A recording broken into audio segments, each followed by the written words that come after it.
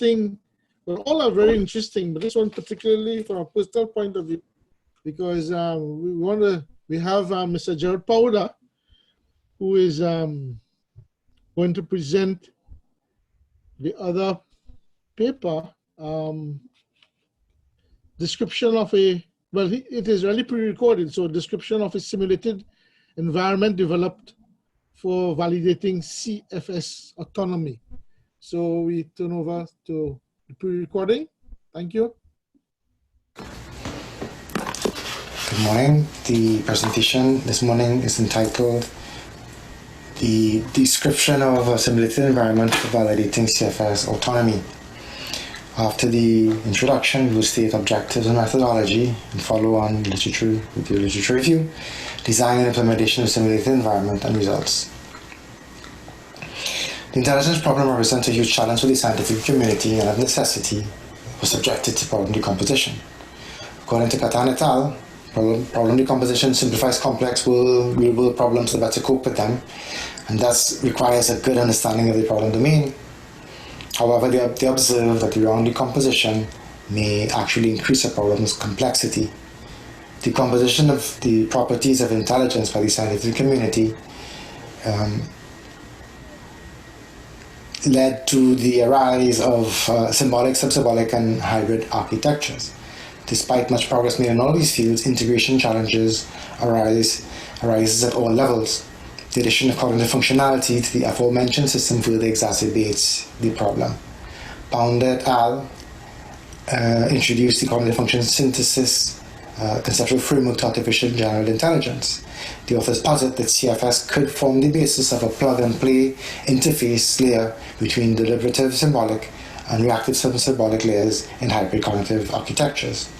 Figure 1 illustrates the CFS conceptual framework. The green boxes represent associated memories, while the oval boxes represent bitwise functions carried out on the associated memory output. Unfortunately, time does not permit us to enter into details of this matter here. In any case, Pound et al. Dealt extensively with the matter in their paper, where they claim CFS displayed a form of perceptual learning, consciousness, and imagination. CFS autonomy and emotion still need to be investigated. To this end, an environment suitable for conducting navigation experiment with CFS needs to be developed. The new environment will then need to be validated.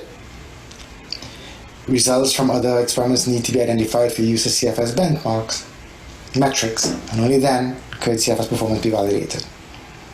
This presentation describes the environment that was developed for analyzing CFS autonomy. The objective is to develop a suitable environment to investigate CFS emotion behavior and resulting autonomy, to pre-configure the simulated river platform with the basic reflexes while ensuring autonomous operation in the environment, and to implement navigation algorithms such that their effects may be superimposed over pre-configured reflexes, and to present the findings.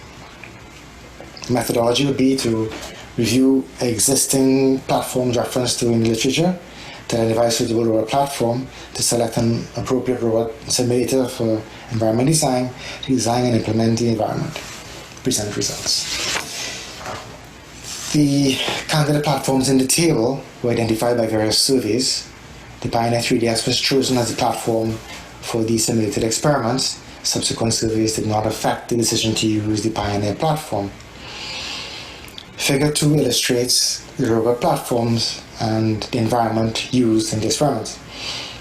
In A, the manipulator can be seen alongside the Eric Romer Pioneer 3DX mobile platform. B shows the manipulator mounted on the platform. And C, you can see the composite robot in its environment. In the background, you can see the cubes that were used. Some were vertically striped, some horizontally striped, some dotted, and some without a pattern. The Braitenberg algorithm adjusts the input to the left and right motors of the Pioneer platform as specified by equations 1 and 2. The left and right motor determines the number of ultrasound sensors configured for use in a given instantiation of the Braitenberg algorithm. 2 ultrasound configurations were used in this experiment: the 8 sensor configuration given by equations 3 and 4, and the 16 sensor configuration given by equations 5 and 6. If we see in equation 1 and 2 is a detection K, that parameter is given by equation 7, and you can see that detection factor is defined by equation 8.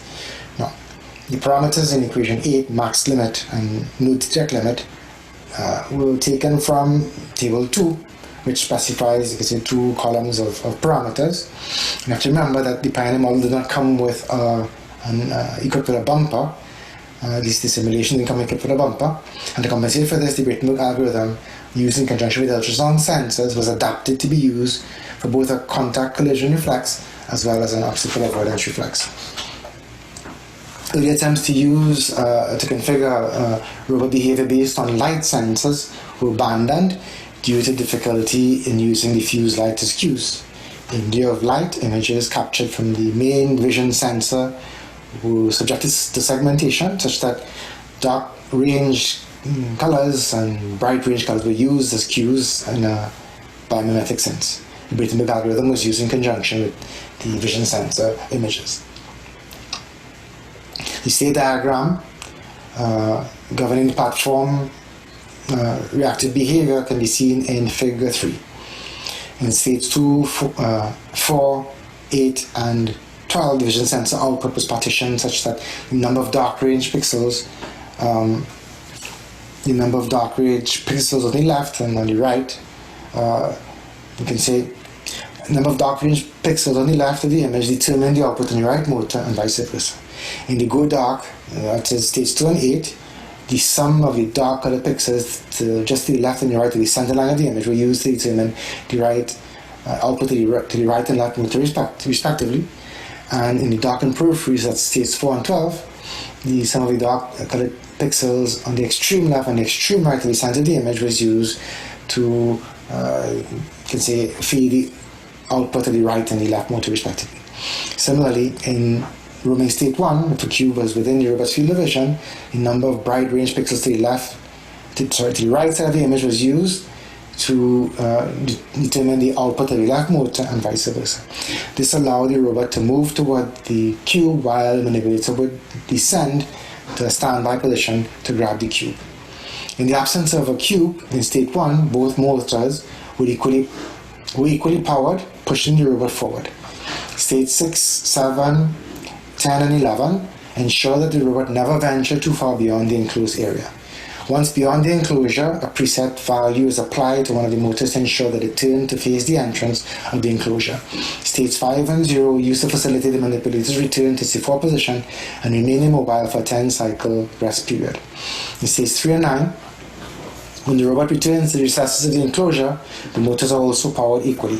Depending on the effectiveness of a given obstacle avoidance algorithm, once active, the robot should navigate within its environment without coming into contact with the enclosure walls.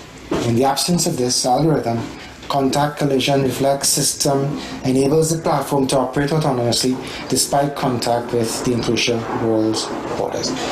It should be noticed that the Braitenberg algorithm suffers from a tendency to get stuck in local minima, and for that a shock treatment was introduced to bolster it out of becoming too entangled in a local minima.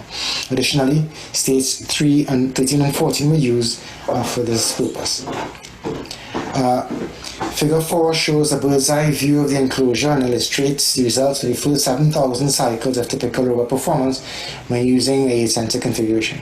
The enclosure walls is given by the orange line, while the gray line illustrates the limits of the center of the area of the robot. The robot path is given by the blue line. Figure 4a demonstrates the platform navigation autonomy in the absence of obstacle avoidance behavior. Notice the sluggish response that led to the robot remaining close to the wall for significant portions of the route. In Figure 4b, a sample result of the Braitenberg obstacle avoidance, the robot stays clear away from the wall and settles into a regular repeatable path. These preliminary results suggest that the simulated environment could be useful as a tool for comparing obstacle avoidance algorithms in robot navigation. They also need to be validated to verify that the difference in results in the simulated environment is statistically significant, and that, as such, the environment can, therefore, be used to validate CFS performance. In conclusion, early attempts to configure robot behavior based on light sensors were abandoned due to difficulty in diffuse light as cues. Literature review led to the selection of the Pioneer robot as a suitable platform on which to experiment with CFS navigation. Initial experiment shows that the environment successfully enables obstacle avoidance algorithms such as Braitenberg to effect superposition over the pre-configured reflexes. Further experiments are required to validate these results. Thank you very much. If there are any questions. Thank you very much, Jared. Very interesting. Very, very interesting. Jared, are you with us this morning? Yes, I am. Thank you. Okay, great. So I want to start with a question for you. You mentioned in there, in part of the conversation with the obstacle avoidance, the sluggish performance. What was the cause of the sluggish performance?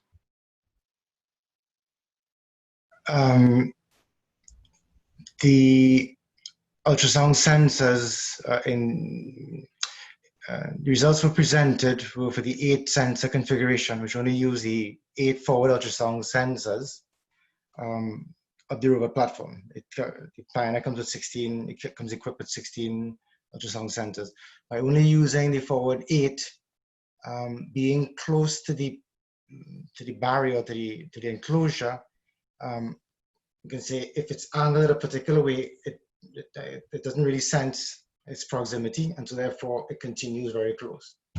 To compensate for that, the 16 sensor was envisaged, in which case we began to consider using inputs from the rare ultrasound sensors, and then we began to see, you can say, less sluggish behavior began to react very quickly to its being close to the enclosure. So then, to answer your question, it is that only the 8 forward sensors were used, and so therefore, when it is not directly facing the enclosure, it is, you can say, clueless that it is actually close to the enclosure. Okay, just probe it on that for a second, because I found that bit to be very interesting. Did you have a sense of what time frame you're looking at that would have qualified as sluggish? Time frame, I'm not too sure. Would have been milliseconds, how much milliseconds until you get that response? Any idea on that? The sample time, I don't know, the sample time was about 0.5 seconds per cycle. But that's independent. We're talking about 7,000 cycles that we had a bird's eye view of of the plots, of the graphical plots. And I say sluggish because it did not react as being close to the wall. If in fact its reflexes were on point, it should react it and should move away from there, sensing it would be there very quickly. So it's in that sense I say sluggish. Okay, that's a bit clearer now. Okay, thanks for clearing that. I've got some questions on the chat here. The first one is, what are the practical implications of the research? And the second is, did noisy signals play a role in the lag and the adverse behavior? What are the practical implications of the research? First one. The practical implication of research is that I need an environment in which I can say I can validate cognitive function synthesis, you can say performance. And for that, I need to ensure that I have an environment that can be used and a validated environment of that. So therefore, because of the way cognitive function synthesis works, which would be not necessarily being pre-programmed with specific sets of data, but basically from experiential acquisition of knowledge, that it would react and it would learn how to behave. And so if I needed a system, an environment that would allow it to learn and to allow it to react. And so therefore, the practical implications is one, that I have a system that would operate autonomously without, you can say, apart from its reflexes, without actually being specified or told what to do. So its reflexes, it's been configured to be able to operate in that circular fashion. And being autonomous, I can now impose or superimpose obstacle avoidance or any other algorithm that I want on top of that. So that was the initial intention. Okay. Noisy signals, well, I did not. Sorry? Any comments on that at all? From the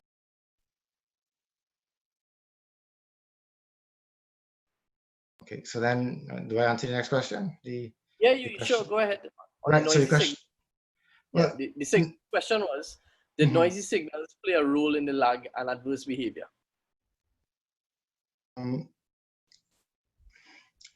Well, to a certain extent, I did not check for noisy signals. I was not making any special allowance or consideration to filter out noisy signals. How would I put it? I used what was coming in to allow the robot to react, and I did not filter out any noise. Did that play a role in its lag and its adverse behavior? I consider that its behavior was very much a consequence of the data of the sensory data that arrived. I guess that's something I certainly did not look into. I didn't consider it because it was not obvious to me, but certainly I can take a look at it. Okay, I guess that's something that you could look at for future. And I mean, it's very good work. Very good work. I have one more for you here. You spoke about some of the further experiments. You want to share with us, what do you have in mind for these further experiments? Well, the next presentation would be presenting or analyzing, I can say a little more in detail, the data that I just introduced here, okay? And that would be for the purpose of validating the environment. Certainly, I have not yet introduced the work or presented results from the work with cognitive function synthesis. And so therefore that certainly needs to be done. Once that is done, obviously, the implications that come from that, the whole question of condition response experiments, the whole question of interfacing with the symbolic and the reactive layer, how all of that is supposed to be done as part of the requirements. Okay, all right. Well, thank you very much, Gerard. A really good presentation. And I guess we will see you in 15 minutes time once again. Yes? Thank you for the opportunity. Thank you. Okay, great. So Terence, I hand it over to you to introduce our next presentation. Thank you, Dr. Bahadur Singh. Thank you, Jared. We